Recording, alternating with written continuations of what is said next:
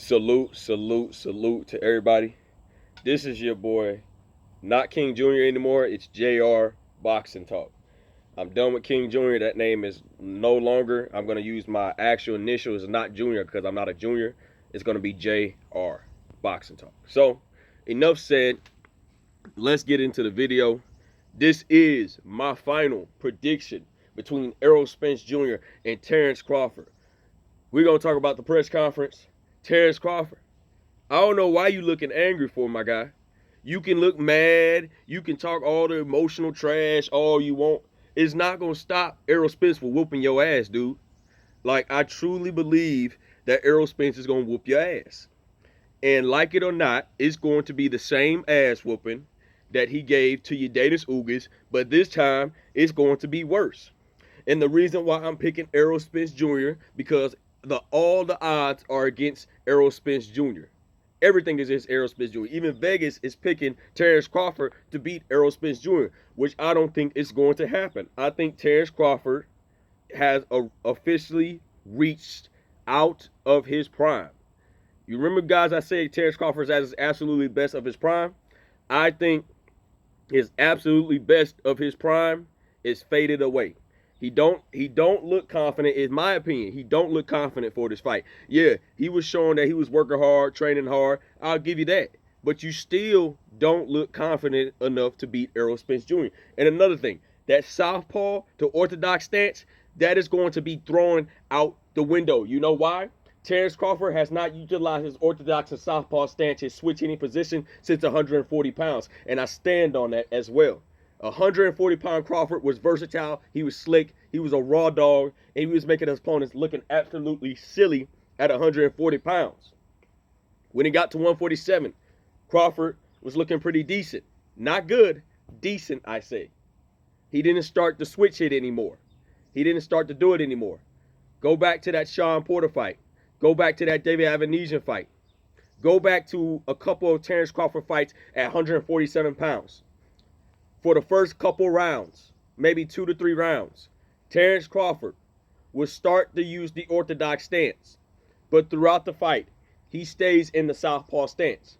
Here's another flaw that Terence Crawford is going to have against Errol Spence Jr., which I don't think he's going to overcome. His stamina. Go back to the Shawn Porter fight.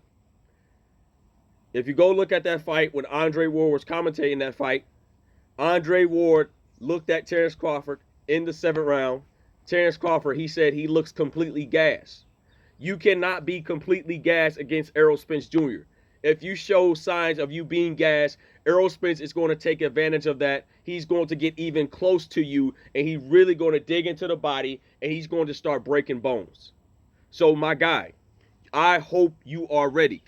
And another reason he wants beat Errol Spence Jr. is because Terence Crawford, in my opinion, has let his fans get in his head. They're gassing him up, saying, oh, you got this in your tank. Oh, you got A, B, C, D, and E, F in the plan. Errol Spence is just a one fighter. You can beat Errol Spence in many different ways. Okay. If you think Errol Spence is so basic, I would like to see you do all this crazy stuff against Errol Spence Jr. I want to see that same 140-pound Crawford against Errol Spence Jr. He's not going to show up, people. He is going to be the version of when he fought Shawn Porter. That's the version he's going to be. Terence Crawford is not going to beat Errol Spence Jr. I'm sorry, people.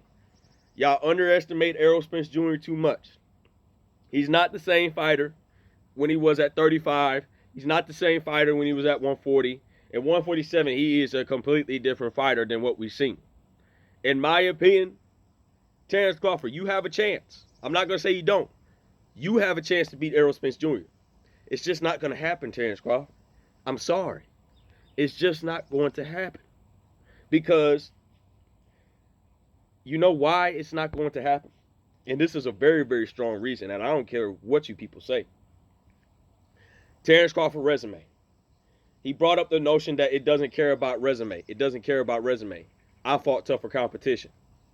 That is some BS. You know you haven't fought tough for competition.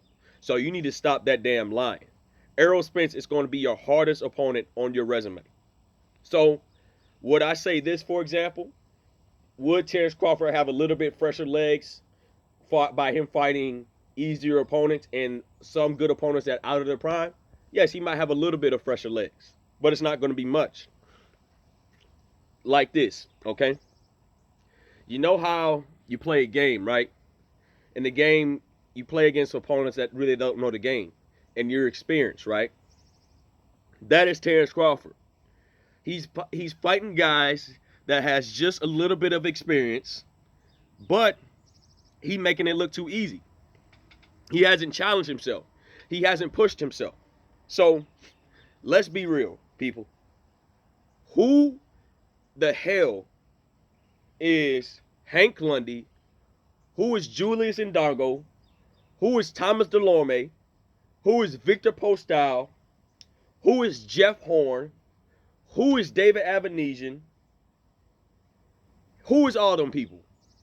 Who is those? I have no idea who those people are. Those are not names to me. Those are cab drivers. And when you fight many cab drivers as Terence Crawford has fought, you are going to lose and you are setting yourself up for failure, sir. I'm sorry to say it. You're a talented fighter, but you're setting yourself up for failure by taking the easy route. Spence, on the other hand, has been fighting tougher competition ever since Kell Brook. He's been fighting tougher competition since then. He's fought a lot of tough guys. And Spence been getting hit with a lot of shots that he shouldn't have not got hit with. But Spence can take a damn punch. Crawford can't take a damn punch. What's going to happen when Spence damaged that eye? What's going to happen when Spence worked that body? And you showing signs of your stamina starting to fade? You can't do that against Spence. Like I said before, he better be on his A game and he better be aware of all costs. Because if he show any sign, any weakness, any slip up, Spence is going to stop this man. He is going to break this man down and he's going to stop him. I truly believe that. And Crawford fans is already starting to jump ship because they know what's about to happen. They know this man Spence is going to stop this man. I believe Spence is going to destroy this man. He's going to obliterate this man and he's going to stop this man in the 11th round. That's my final prediction.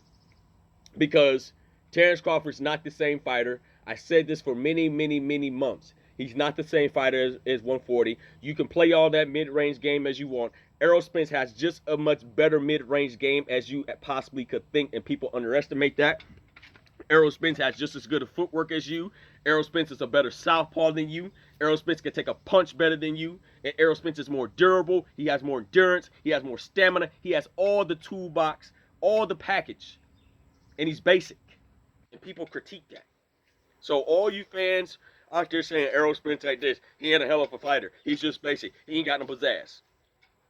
When that basic ass fighter whooped that boy's ass, come back to the video.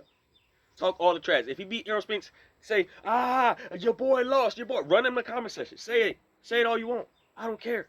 I just know Errol Spence is just a superior fighter than Terence Crawford. Not to take anything away from Terence Crawford. Yes, you got undisputed. But that was an easy opponent. Julius Ndongo, I can knock that dude out. He's a cab driver. And I'm not even a professional fighter yet. I'm not even a professional fighter yet, and I can knock Julius Ndongo weak ass out. Point blank and simple. He's just not a good fighter to me. That's who the opponents you're fighting, Crawford. So, with that being said, my final prediction, Errol Spence, either by 11-round stoppage or a split decision. That's what I got. Like I said before, Crawford, this is my last thing about you. In order for you to win a fight, you better outbox this man. If you get into a firefight with Errol Spence, you are going to get knocked out with 6 to 8 rounds. That's what I believe. So, if you think you got more dog, if you think you're a superior fighter on the inside than Errol Spence, fight that man close and see what happens. And I guarantee it, both of your eyes is going to get broken and your rib cage is going to get fucked up. That's my opinion at the end of the day. With that being said, guys, it is what it is at the end of the day.